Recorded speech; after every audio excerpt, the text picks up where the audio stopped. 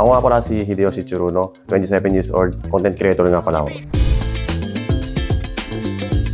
Nakilala ko po si Shinagawa LASIK sa online. Nakita ko po maraming good reviews kaya ayun po yung napili ko.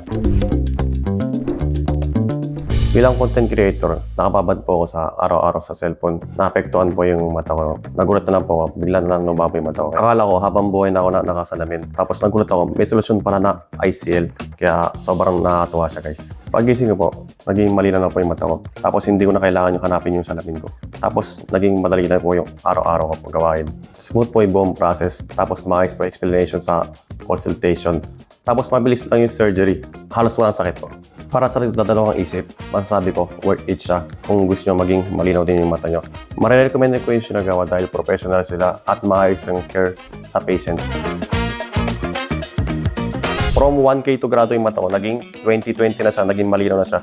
The future is clear. Thank you, Shinagawa.